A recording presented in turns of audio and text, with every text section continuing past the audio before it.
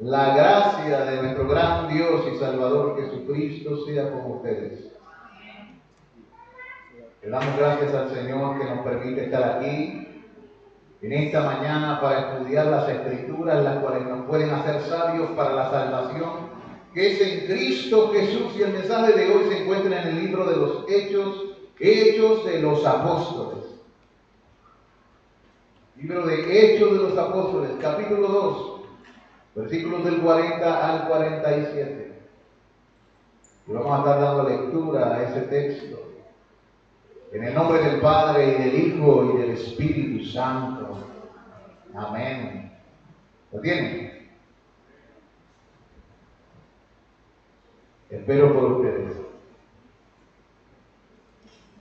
Hechos, capítulo 2, versículos del 40 al 47. Dice allí la palabra del Señor.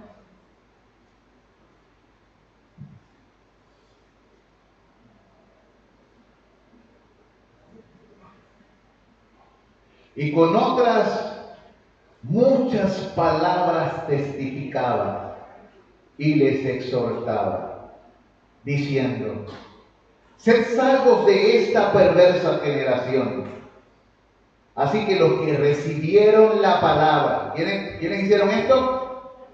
Los que recibieron la palabra fueron bautizados. Y se añadieron aquel día como 3,000 personas, y perseveraban en la doctrina de los apóstoles, en la comunión unos con otros, en el partimiento del pan y en las oraciones. Y sobrevino temor a toda persona, y muchas maravillas y señales eran hechas por los apóstoles. Todos los que habían creído estaban juntos. Que dice ahí que todos los que habían creído estaban juntos. Y tenían en común todas las cosas. Y vendían sus propiedades y sus bienes, y los repartían a todos según la necesidad de cada uno. Y perseverando unánimes cada día en el templo, y partiendo el pan en las casas, comían juntos con alegría y sencillez de corazón. Esas palabras son importantes: alegría y sencillez de corazón. Es importante esto porque estamos viviendo en un tiempo donde se ve mucha arrogancia, no sencillez, y mucha amargura en vez de alegría. Pero una de las cosas que trae el Espíritu es que gozo. Y el Espíritu nos enseña a humillarnos. Así que echa fuera que la arrogancia.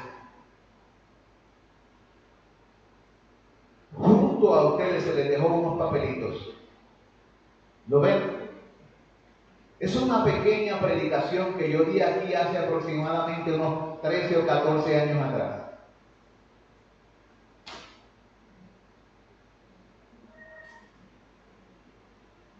Se llama prioridad número 1. Y se los doy porque, para que lo pongan en sus Biblias, como un marcador, y se acuerden cuál es la prioridad número 1 de cada creyente. No sé si se lo dieron a los hermanos que llegaron, ¿verdad? El papelito. Esa es la prioridad número 1. De eso se trata la vida cristiana. Ahora, hoy vamos a estar hablando acerca de prácticas que tú y yo como iglesia debemos llevar a cabo y que la Escritura nos enseña. Estoy hablando de este mensaje porque he notado que en muchas iglesias la gente se ha desviado de las prácticas de los primeros apóstoles. Se inventan cosas que Dios nunca mandó. Entretienen a la gente cuando la gente ya está demasiado entretenida a través de la semana. Y no les enseñan ni los perfeccionan para vivir para quién. Para Cristo. Y a mí lo que me interesa es que ustedes sean seguidores de Jesucristo. No seguidores míos, seguidores de Jesús. Soberano Dios, háblanos por medio de tu palabra. Guía nuestros corazones. Guía nuestra mente. Fortalece nuestras manos para la batalla. Y danos pies presos por medio de tu gloriosa verdad. El Evangelio corra. La verdad corra. Y llegue al lugar donde tiene que llegar. Y tu palabra inunde e ilumine nuestros corazones. Si hay que quitar velos, quita velos. Si hay que traer más luz, trae más luz. Pero si tú no estás, nada de esto se logrará. Porque todas estas cosas se logran por tu poder y por tu palabra. Así que nos encomendamos a ti y a la palabra de tu gracia, que tiene poder para sobreedificarnos y darnos herencia entre los santificados. En el nombre de Jesucristo oramos. Amén. Aleluya. Y lo primero que quiero hablar sobre el pasaje que leímos es acerca del contexto literario. Hechos, el libro de los Hechos, es una prolongación de la vida de Cristo en los evangelios. Voy a repetir esto. Este libro de los Hechos de los Apóstoles no es otra cosa que una prolongación de la vida de Cristo en los evangelios.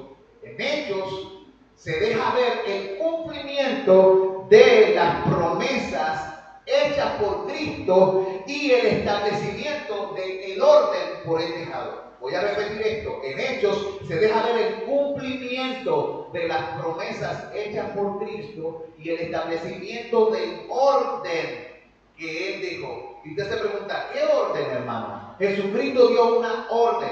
¿A quién? A la iglesia. ¿En dónde? En Mateo. Le dijo, y hacer discípulos. Y en Hechos podemos ver cómo esa orden comienza a manifestarse, pero primero se derrama la promesa. ¿Y cuál era la promesa? El advenimiento del poderoso Espíritu. Recibiréis poder, dice la Escritura, y me seréis testigos. La clave del libro de los Hechos consiste en el dicho de nuestro Señor Jesucristo. ¿Qué dijo nuestro Señor Jesucristo y cuál es la clave del libro de los Hechos? Recibiréis poder. Y aunque el libro se le llama Hechos de los Apóstoles, más bien se le podría llamar Hechos del Espíritu Santo. Porque todo lo que se logró con el poder del Espíritu Santo, a quien el Hijo dijo que enviaría y no nos dejaría solo, que nos guiaría a toda verdad, que nos instruiría acerca de las palabras del Padre y del Hijo y que derramaría una bendición sobre su pueblo, sobrenatural, para alcanzar los corazones. El Evangelio de Lucas habla de lo que Jesús comenzó a hacer y enseñar. Hechos también fue escrito ¿por quién? Por Lucas. ¿Cuáles dos libros fueron enseñados por Lucas? Lucas, el Evangelio de Lucas, de San Lucas, y el libro de Hechos de los Apóstoles. Lucas era un doctor, era un médico. El médico amado le llamaban. Reconocido entre las iglesias, respetado, pero era un gran historiador. Uno de los mejores historiadores que ha existido, reconocido aún en este tiempo. Y este Lucas nos habla acerca de lo que Jesús comenzó a hacer y enseñar en su libro. Pero también en Hechos él mismo habla de lo que el Señor Jesús continuó haciendo y enseñando mediante el Espíritu Santo a los santos y a través de ellos. Eso fue lo que hizo. Continúa enseñándote lo que el Señor sigue haciendo, porque el Señor no ha acabado ¿qué? Su obra. Él sigue obrando y actuando a través de la persona del Espíritu Santo y a través de aquellos con los cuales Él cuenta. ¿Quiénes son? Los que hemos creído por el poder del Espíritu Santo. ¿Ven? Hasta ahí estamos claros. Los creyentes en aquel entonces comían juntos. comer es bueno. Si no fuera por la salud, yo comería mucho más. Era mi deporte favorito antes. Pero los creyentes comían juntos como costumbre para establecer la unidad y el compañerismo. Cuando ellos comían, lo que le importaba no era la comida. ¿Qué era lo que le importaba? Establecer relaciones de unidad y compañerismo. Al sentarse en la mesa, ellos se comunicaban.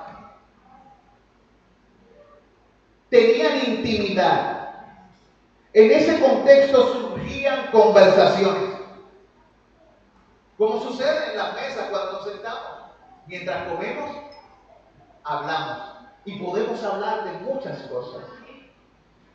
Ellos tenían conversaciones donde se aclaraban las respuestas a las preguntas generadas por dudas en cualquier tema de la palabra y de la vida cristiana. Mira para qué se reunían. Había algo que era la centralidad aún de las comidas. Todo lo que hacían, aún de palabra o de hecho, lo hacían ¿para quién? Para la gloria de Dios, en el nombre de Jesucristo. Si comían, comían para la gloria de Dios. Ellos querían que fuera un momento de intimidad con Dios y con los hermanos en la fe. En este tiempo, muchos comen en las iglesias, pero tienen intimidad. Comer no está malo entre los hermanos, reunirnos para comer en las casas y aquí no está malo. El asunto es, tenemos intimidad en el espíritu. De eso se trata, lo hacemos por las razones correctas.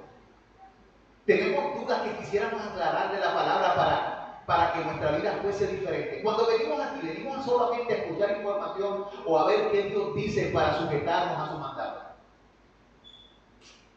¿Vieron?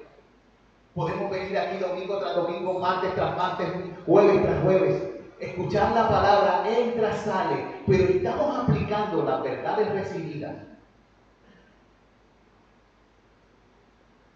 Estamos siguiendo las pisadas del Maestro.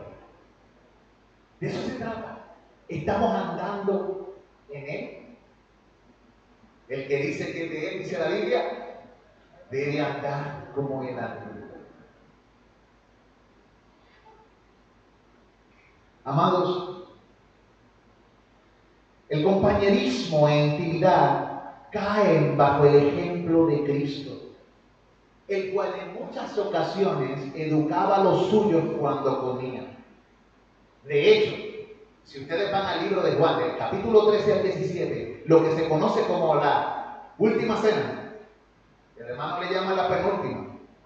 El hermano Junior le dice, hermano, la penúltima cena.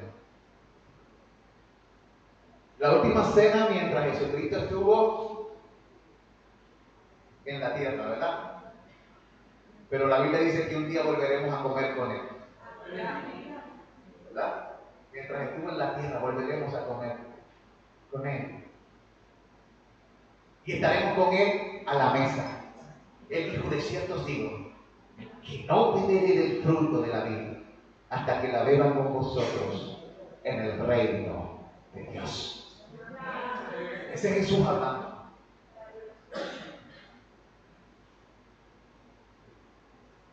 Así que Jesús nos dio ejemplo de las cosas que se comparten en la mesa. Póngase a pensar qué cosas Él compartió en la mesa mientras comía con sus discípulos. Dice que habiendo amado a los suyos, los amó hasta el fin. En la mesa le lavó los pies y le dice, como me han visto hacer, así hagan. Comenzó a hablarle de la persona del Espíritu Santo, de su vida, de su partida, de su regreso. Oró por ellos, los bendijo, les dio instrucciones. Tuvo una comunión con ellos en la mesa. Este pasaje también que leímos nos habla de prácticas que tenía la iglesia. Prácticas que tú y yo debemos llevar a cabo como parte del pueblo de Dios. Esto no es para simplemente tener información y saber qué estamos haciendo con esto que el Señor dice. Número 1, versículo 42. Vaya conmigo a Hechos, capítulo 2, versículo 42. Voy a leerlo. ¿Lo tienen? Hechos, capítulo 2, versículo 42 dice, y perseveraban. Esa es la primera palabra que quiero tocar con ustedes hoy. Ellos perseveraban. ¿Qué significa eso? Perseveras. ¿Eres tú perseverante? ¿Qué significa ser perseverante?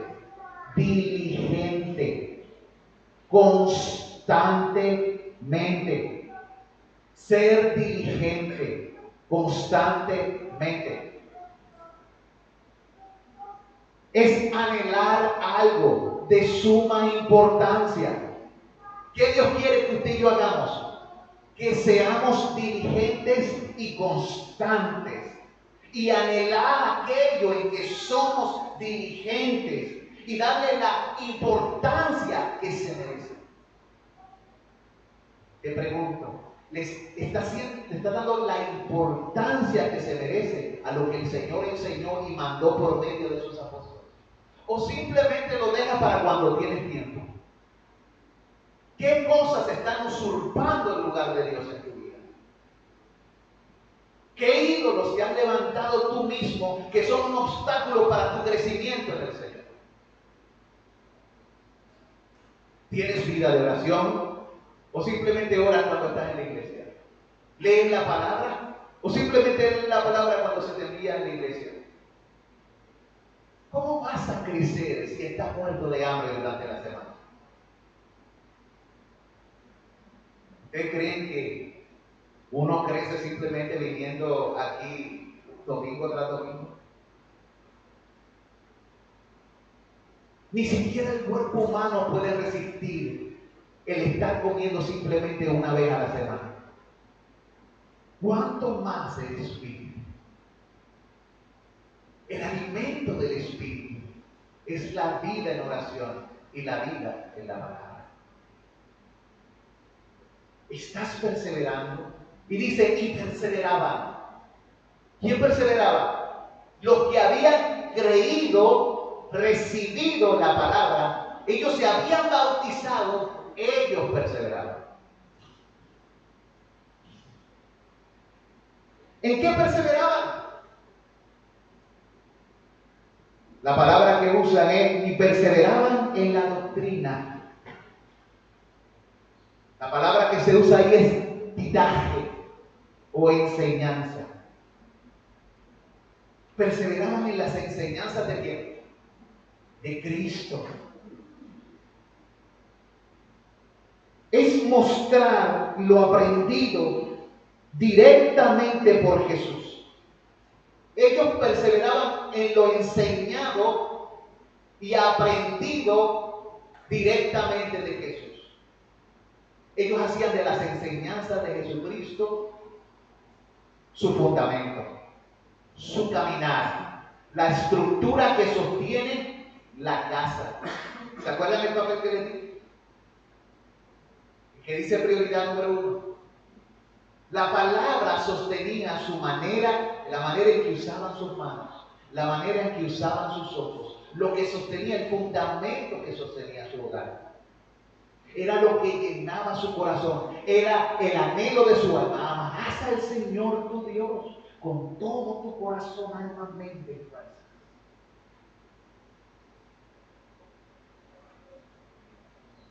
Ellos tenían comunión. Perseveraban en la comunión. Por ahí dice koinonia, porque así se escribe, si lo ponemos en español, pero se pronuncia quinonía. ¿Qué?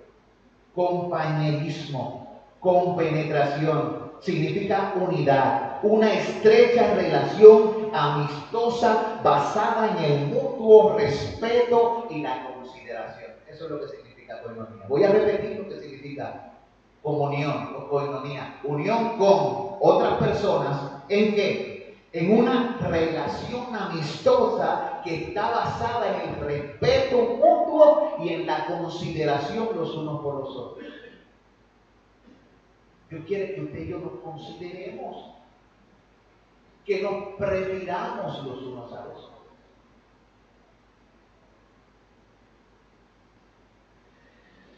Dice la Escritura en la regla de oro, Mateo 7:12, así que todas las cosas que queráis que los hombres hagan con vosotros, así también haced vosotros con ellos, porque esta es la ley y los profetas. O sea, el Señor nos está diciendo que esta es la centralidad.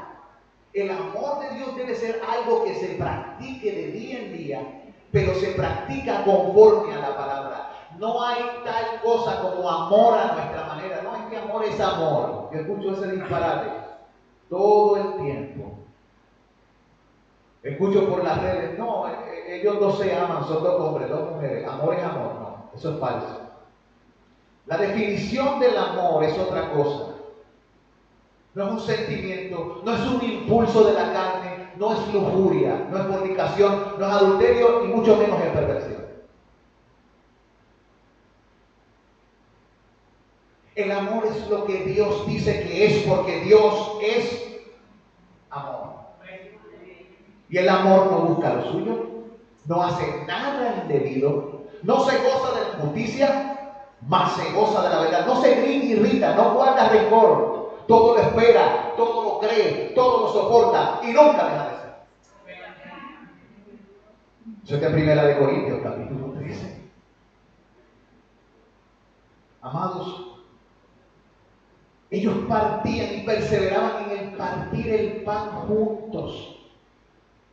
Si usted ha creído, no se ha bautizado, acérquese a mí para ello. Porque los que recibieron la palabra fueron bautizados. ¿Y quiénes son los que reciben los elementos de la cena? Los que recibieron la palabra y han sido bautizados, para que también usted pueda aprovecharse de este memorial sagrado y usted pueda, junto con sus hermanos, participar de la cena del Señor. Ahorita me salió el español, no sé.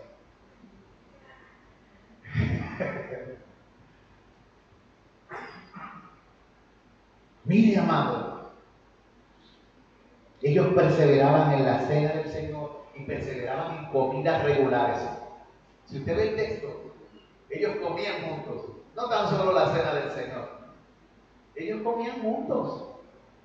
Pero cuando comían juntos aprovechaban, porque tenían algo en común. ¿Qué tenían en común todos ellos? Al Padre, al Hijo y al Espíritu Santo. Tenían al Padre, al Hijo y al Espíritu Santo. Y eso definía la manera en que se trataban, la manera en que se hablaban, la manera en que vivían. Porque ellos querían reflejar ¿a quién?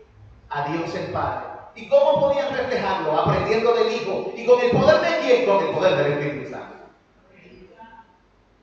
¡Qué maravilla! Pero es imposible. No, no es imposible, porque el Espíritu Santo se nos dejó. Y nos da poder para vivir una vida que testifica de Cristo. Aleluya. Si usted cree que no es suficiente, créalo. Pero Dios es suficiente. Y Él podrá en usted. Él te dará paz, porque Él hará en ti sus obras. El Señor cumplirá su propósito en ti. ¿Crees esto? Lo que nos lleva a la segunda palabra que nos habla este pasaje, la palabra temor. El otro día el hermano habló de esa palabra en un estudio que le dio a los jóvenes. En un culto de viernes, la palabra temor se encuentra en el versículo 43 de ese capítulo que leímos en Hechos. Miren cómo lo dice, voy a leer de ese versículo. Y sobrevino temor a toda persona, y muchas maravillas y señales eran hechas por los apóstoles.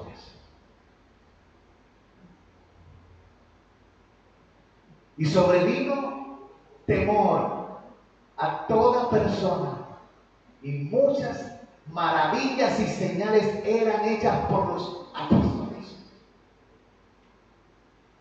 La palabra temor es Phobos en griego.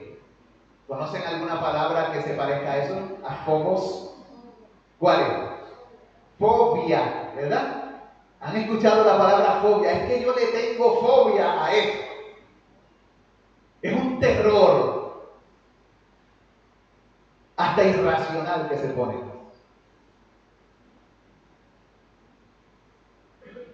Pero en este contexto, el temor era una especie de alarma. Algo está sucediendo, algo diferente. No puedo seguir como estoy.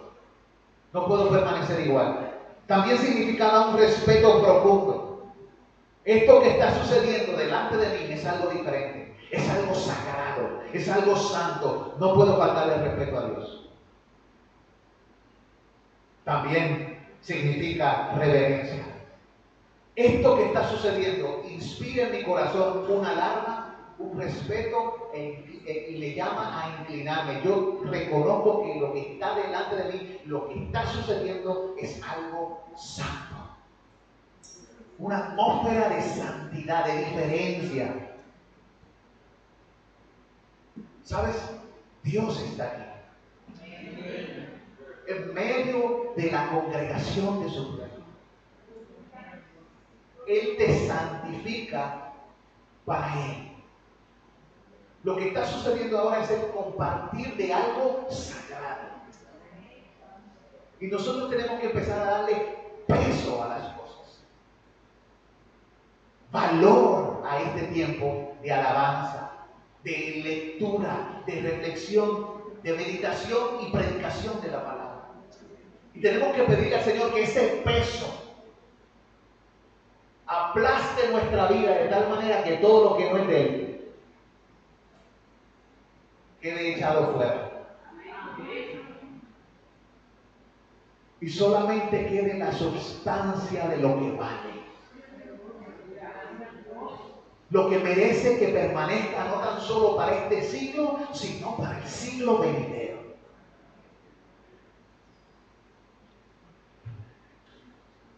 El temor es el motivo controlador de la vida en asuntos espirituales. ¿Sabía usted eso? Ese phobos es el motivo controlador de la vida en asuntos espirituales y morales. Hay tal cosa como un miedo saludable que no quiere desagradar a Dios. Es un miedo saludable por desagradar a Dios. Hay gente que tiene miedo a las consecuencias. El creyente tiene miedo a desagradar a Dios porque le ama. El temor a Dios comporta tanto una actitud de asombro que tiene como resultado adoración. Y cuando tú te presentas delante de Dios y eso te mueve a la adoración, dice, wow, ¿qué significa la palabra adoración? Significa postrarse y humillarse. Proskuneo, adoración, significa arrodillarse. Es lo que hacemos tú y yo cuando vemos lo que Dios dice y lo que Dios es. Y lo miramos en asombro y decimos, solamente puedo arrodillarme delante de ti, Señor. También inspira a las acciones que reflejan el tipo de comportamiento que a Dios le agrada. ¿Cómo le adoramos? Por medio de acciones que reflejan el tipo de comportamiento que a Dios le agrada. Como Él es santo, su pueblo es santo en toda vuestra manera de vivir. El problema es que muchas veces no santificamos a Dios en nuestros corazones, sino que santificamos nuestros deseos, nuestros trabajos, nuestras familias, nuestras diversiones, y dejamos a Dios a un lado y lo dejamos como las obras. Pero si tú le das las obras a Dios, ¿se agradará a Él de ti? ¿Qué dice la Escritura al respecto? Él dice, preséntaselas a tu rey, a ver si se agradará de ti.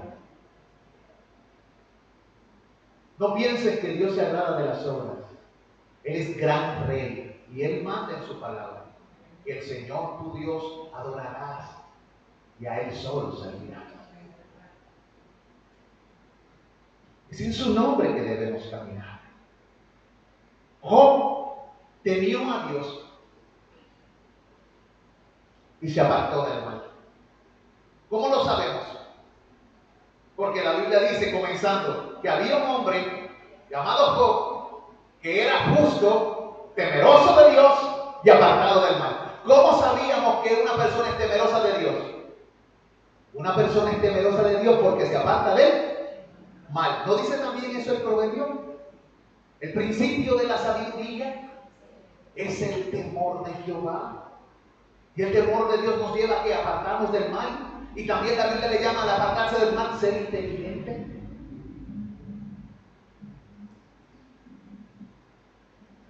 Si un camión viene hacia ti y tú te apartas y le dices, oye, tú eres inteligente. Pero si viene hacia ti, tú te quedas, aquí viene el camión, aquí viene el camión. Y te atropella. Y luego hay que sacarte con una pala. Pues entonces, ¿eres tú inteligente? ¿Eres temeroso? ¿Qué eres? No lo voy a decir. ¿Vieron? Dios nos está enseñando en su palabra. Temer a Dios es la consecuencia de conocerle tal como Él se revela en su palabra, donde Él prescribe el tipo de vida que a Él le agrada. Voy a repetir eso. Temer a Dios es la consecuencia de conocerle a Él tal como Él se revela a sí mismo, porque Él dice como Él es en su palabra, y Él mismo nos prescribe el tipo de vida que a Él le agrada. Por ejemplo, Él nos dice, amarás a tu prójimo, no codiciarás, no adulterarás. Él dice, estas cosas no me agradan. La vida eterna consiste en conocerle a Él. O sea que cuando nosotros andamos en su temor, estamos viviendo esa vida, esa clase de vida que la Biblia le llama vida eterna. Porque es la clase de vida que Dios vive. ¿Dónde comienza a vivirse la vida eterna? Aquí. ¿Cuándo comienza a vivirse la vida eterna?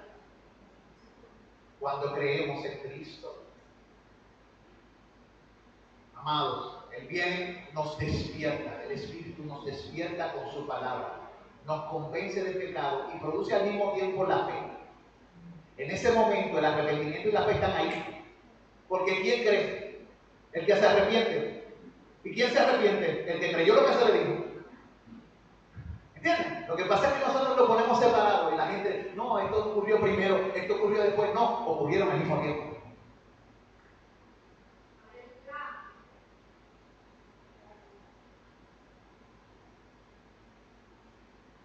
Cuando Dios dio la vida, Lázaro pudo pararse y salir fuera.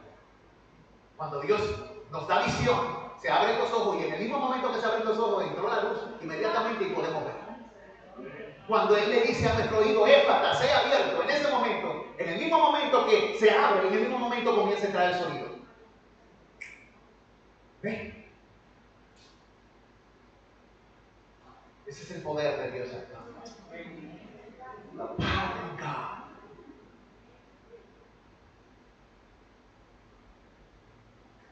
La vida se manifiesta. El Espíritu Santo se mueve como un huracán en tu corazón.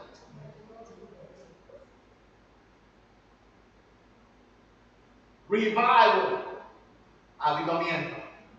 He's coming to our land. Él viene a nuestra tierra. The Holy Ghost is moving like a hurricane. El Espíritu Santo se mueve como ¿qué? Como un huracán en tu corazón. Aleluya. Y tú no puedes permanecer igual. Porque cuando un huracán pasa, las cosas no quedan igual. ¿Cuántos creen eso? Siempre hay un antes y un después de un huracán. Y se ven las evidencias en todo lo que ocurre. Se ve la evidencia del poder del Espíritu en la vida. Hay cosas que se llevan y hay cosas que permanecen. Oh Señor, llévate con tu viento todo lo que no te agrada. Deja que permanezca todo lo necesario.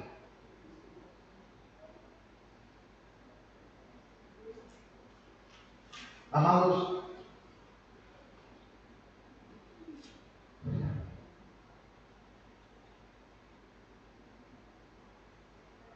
En muchas maneras, temer a Dios y amarlo son lo mismo. Este es el tipo de vida que Dios exige de nosotros. Y por la gracia de Dios podemos caminar en esta clase de vida. Y es posible en el Señor Jesús por medio de Él.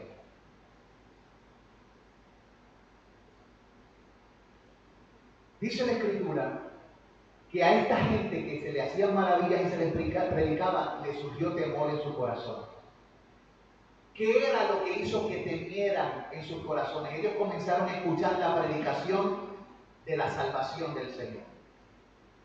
Arrepentidos, porque el reino de los cielos se ha acercado. Y Dios ha levantado a Jesús como príncipe y salvador para dar arrepentimiento y perdón de pecados. Y para que todos los que se acerquen a Él por medio de la fe tengan herencia entre los santificados. Y ellos perseveraron hablando la salvación de Cristo y perseveraban en hablar las consecuencias de rechazar a Cristo. Cuando usted ve los mensajes apostólicos, ellos hacían una exhortación de qué significa ser salvo, cómo pueden ser salvos y qué sucederá en sus vidas si terminan rechazándole plenamente. Él hizo señales. Los palestinos tenían costumbres de seguir a los milagreros.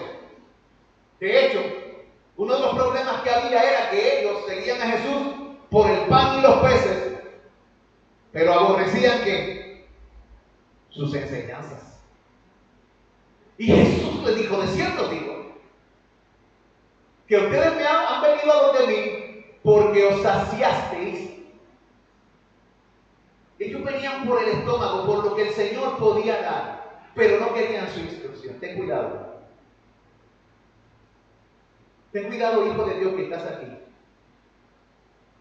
Que tú no vengas detrás de Dios simplemente por lo que Él puede dar. Estoy diciendo simplemente porque Dios es generoso y Él va a dar. Él es dador, Él es generoso. Pero que eso no sea el motivo tuyo. Presta atención a sus palabras. Haz como María, siéntate a los pies de Jesús. Presta atención a lo que Dios tiene que decirte. Pídele al Espíritu Santo que queme como fuego la enseñanza de su palabra en tu corazón. Grábala en la tabla de tu corazón. Cuélgala como un collar en tu cuello.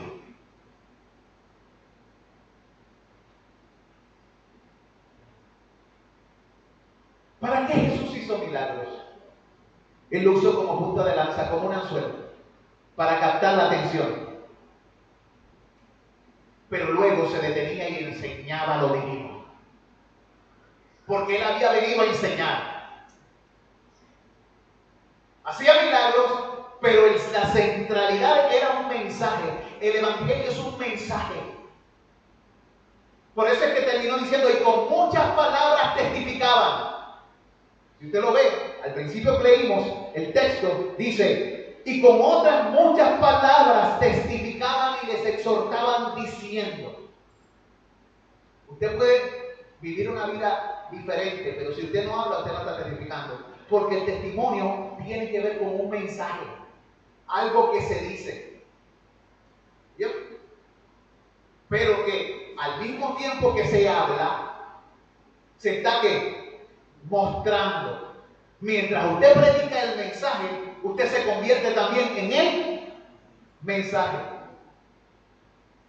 Si la persona ve que usted es bueno, pero no ha escuchado el mensaje, va a pensar: es un tipo bueno, es un pan de Dios. O puede decir: no, simplemente es una persona moral.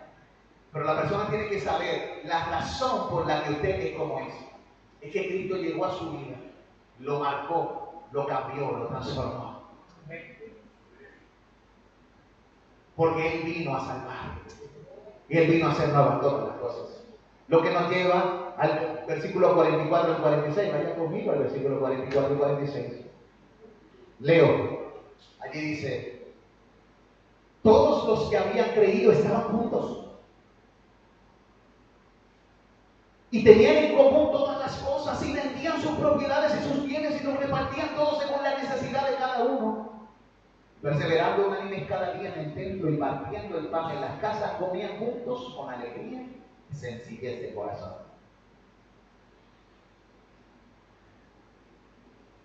¿Qué nos enseña esto? ¿Qué práctica podemos sacar de aquí?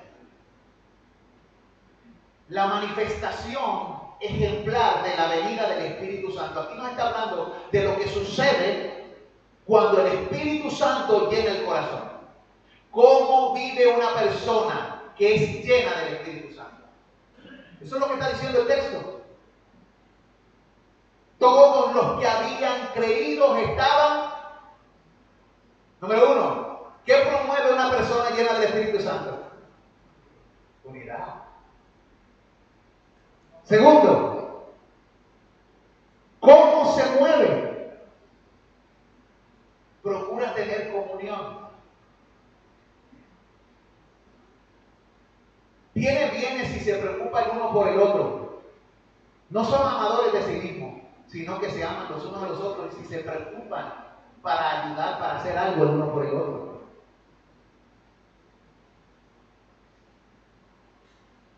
Tenían un mismo sentir.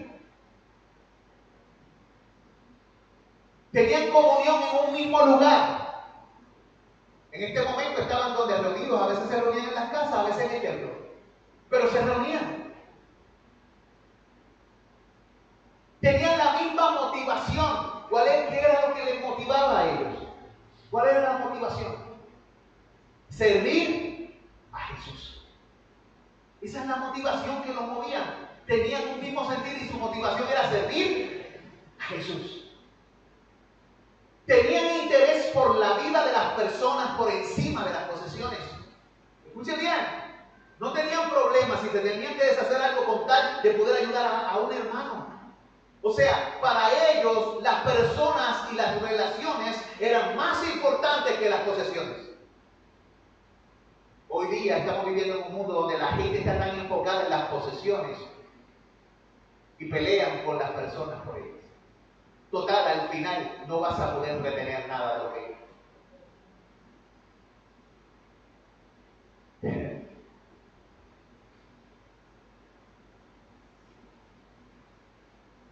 Muchos de los ricos que abrazaron la fe comprendieron la función del amor de Dios y eran generosos con lo que tenían. Sabían que Dios los había bendecido para hacer bendición.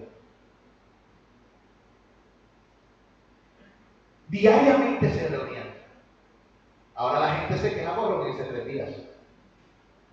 Pero ellos tenían un anhelo. Ellos se reunían diariamente. Aquí nos reunimos 3 veces. Pero hay gente que dice, ay, eso es demasiado. Con un día es suficiente. Esa persona tiene un problema grande. El problema es que no ama al Señor como debiera amarlo. No tiene problema en trabajar todos los días. Y si te tienes que divertir, no tiene problema con eso. Si va para la playa, se levanta a las 6 o a las 5 de la mañana.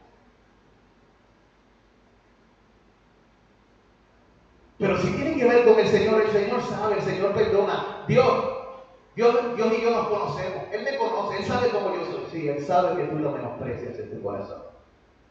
Que lo tienes en tu boca, pero no en tu corazón. Amigo que me escucha por las redes, me estás escuchando. Qué bueno que estás escuchando este mensaje, pero estás congregándote. Estás junto con tus hermanos.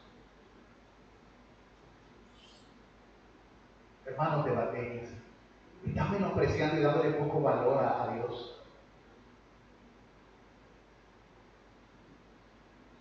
¿Es Dios realmente lo más importante? Dice ahí que ellos se reunían en el templo a adorar a Dios, a postrarse. En las casas se reunían para compartir alegremente en humildad y con corazón sincero. ¿De qué compartían con humildad y corazón sincero en las casas? Lo que Cristo había llenado sus corazones, ellos lo daban por gracia, lo que por gracia habían recibido. Ellos no estaban vendiendo el Evangelio. No era un mensaje para enriquecerse, ni era una agenda para hacer un imperio personal. Pablo no era rico ni comerciante, ni tampoco Pedro, como dicen algunos de la prosperidad, que tenía sus negocios, ni mucho menos Cristo, que decía que tenía un negocio de carpintería y arquitectura. Cristo sí era rico, pero vino a dar. Y en su pobreza, en este mundo, nos hizo ricos a nosotros. Y nos enseñó a nosotros, hay en vosotros este mismo sentir que hubo también en Cristo Jesús, el cual siendo semejante a Dios, no estimó a ser igual a Dios como cosa que aferrarse, sino que se despojó a sí mismo tomando forma de siervo, hecho semejante a los hombres, y estando en la condición de hombre se humilló a sí mismo, se humilló a sí mismo, se humilló a sí mismo, ¿hasta cuándo? Hasta la muerte, y muerte de cruz. ¡Aleluya! ¡Gloria a Dios! Alabado sea su nombre. Él nos enseña a ser distintos. El último punto de esta mañana tiene que ver con el enfoque ejemplar constante de la vida rendida al Espíritu.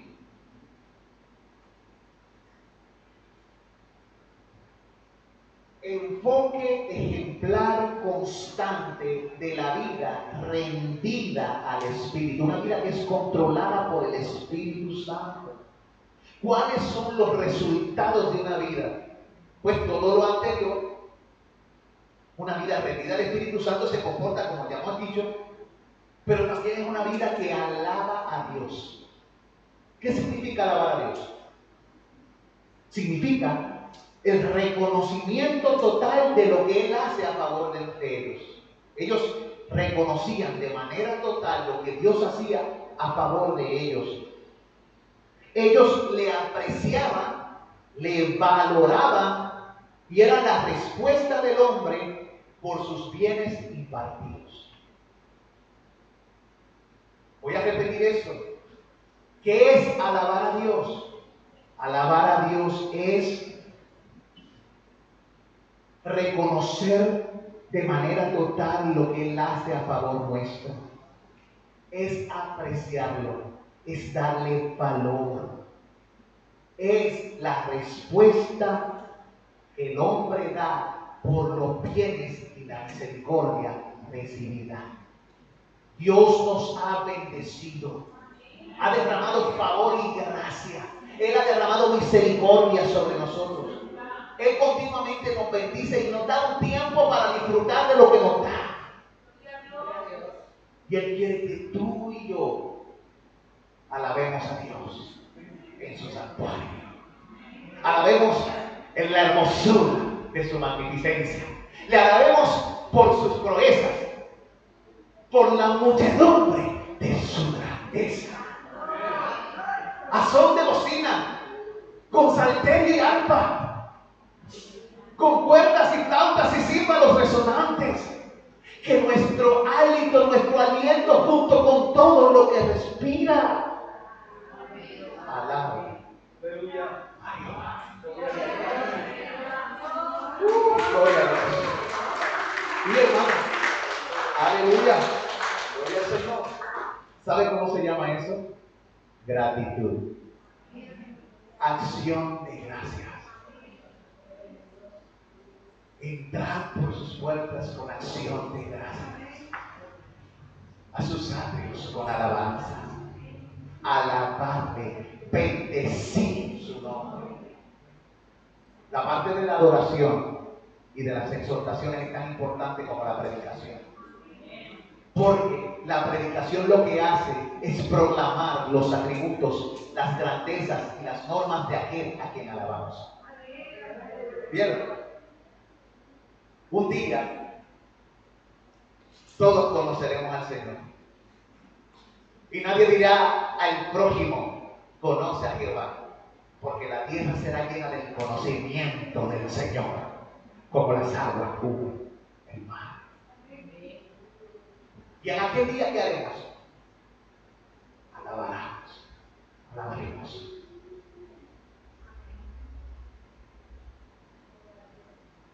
¿Y qué hacía Dios?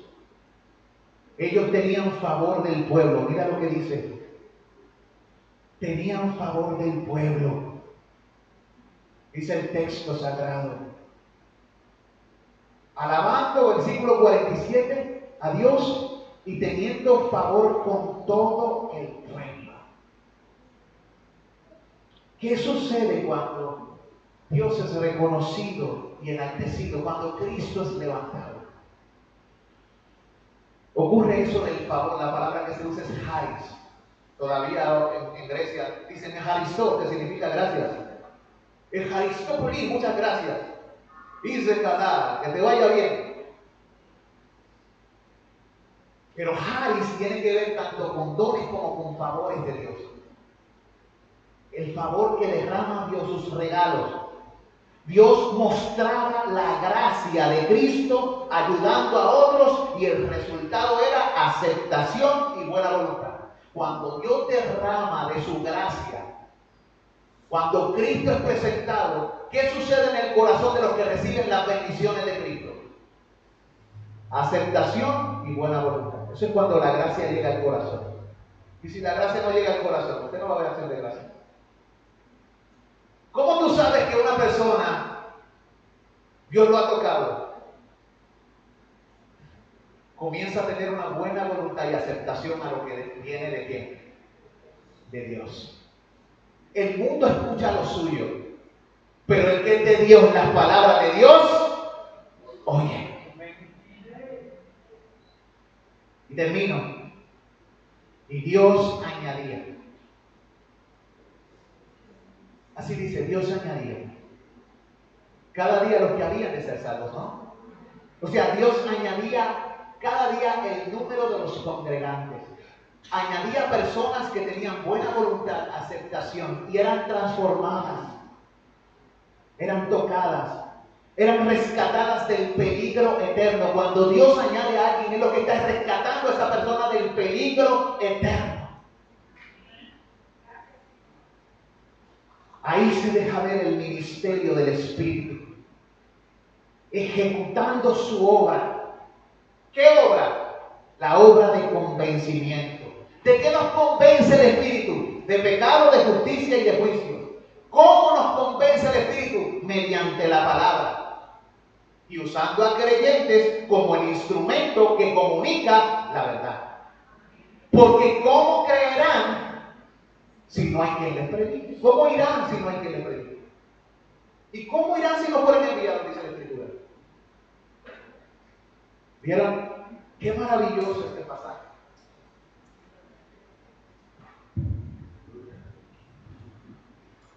Hijo de Dios e hija de Dios, tú tienes un llamado de reflejar a tu Dios en palabra y en obras, a tiempo y fuera de tiempo.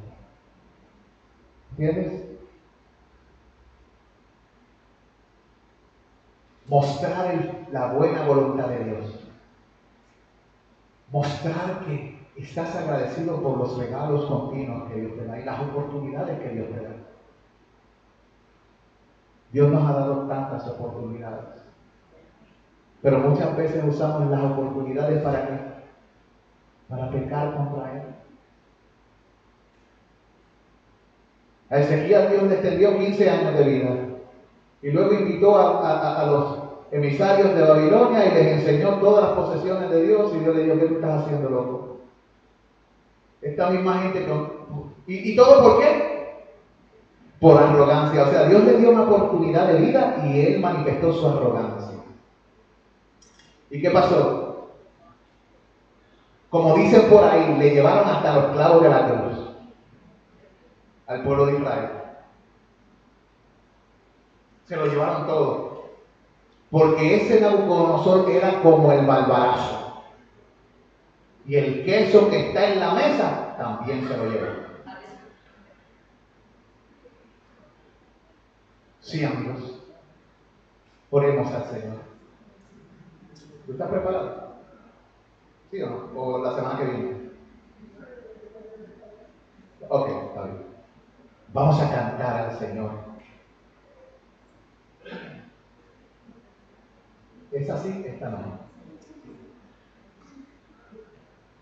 Cantemos al Señor. El propósito de la predicación es exponer la verdad y la presencia de Dios, porque la presencia de Dios nos cambia. Cantemos al Señor sobre su presencia. Oremos al Señor.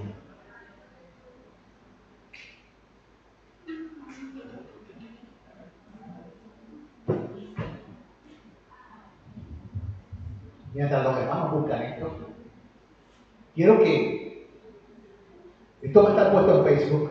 Si necesitas repasarlo, repásalo, escríbalo y camine en ello. También le dejé una hojita.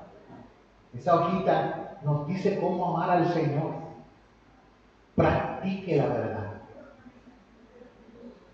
No venga aquí simplemente para escuchar, sino pídale a Dios que la palabra lo transforme y le ayude a caminar en ella.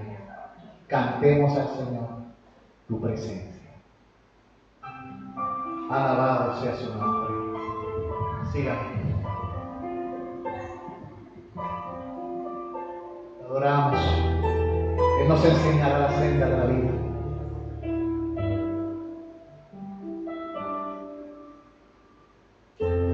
Si me faltan fuerzas para seguir, si todos me abandonan, te tengo a ti.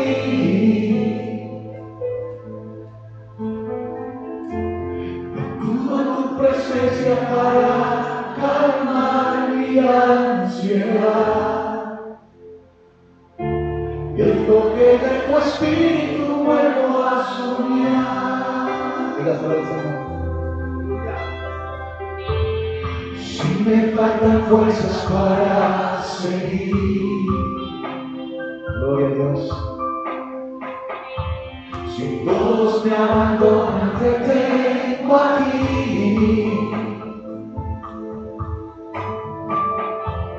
Acudo a tu presencia para calmar mi ansiedad, y el toque de tu espíritu vuelvo a soñar. Es que tu presencia está el agua que me refresca y el pan que me da vida y sana mis heridas. Y es que en tu presencia, mi Dios, encuentro mi refugio y calor, encuentro la palabra que sana el corazón. Sí, Señor Jesús, corremos a ti, Jesús. Ayúdanos, Señor. Límpianos, sanos, llénanos de tu fuerza para vivir para ti, oh Dios. Si me faltan las fuerzas, te tengo a ti.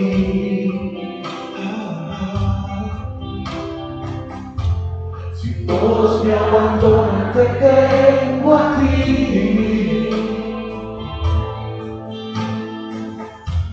Acudo a tu presencia para calmar mi ansiedad, y el toque de tu espíritu vuelvo a soñar. Y es que tu presencia está el agua que refresca y el pan que me da vida y sana mis heridas. Y es que en tu presencia, mi Dios, encuentro mi refugio y calor, encuentro la palabra que sana el corazón.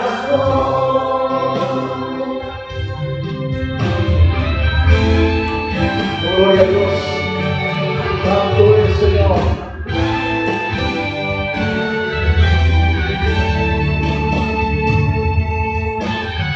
Y es que en tu presencia está el agua que refresca y el pan que me da vida y sana mis heridas.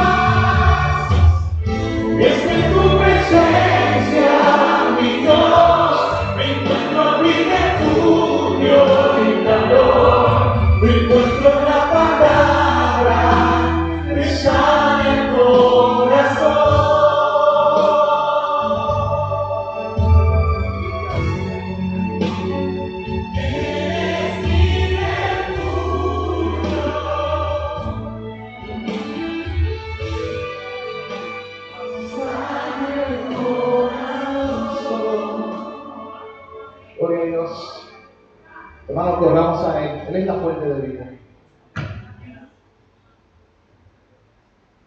Vamos a despedirnos. Ponga su mano así. Sí. Dígale al Señor, Señor, hay cosas en mi vida que yo sé que no te agradan. Enséñame a darte prioridad. Pero no tan solo prioridad, enséñame a ponerte en todo y sobre todo. En mi caminar diario, en mi comer, en mi acostarme, en mi levantarme, que tú seas el Señor. No hay tal cosa como que tú seas simplemente parte de una lista. Señor, tú se supone que estés en un lugar distinto. No igualado con nada en este mundo. Tú no eres el primero sobre una serie de cosas.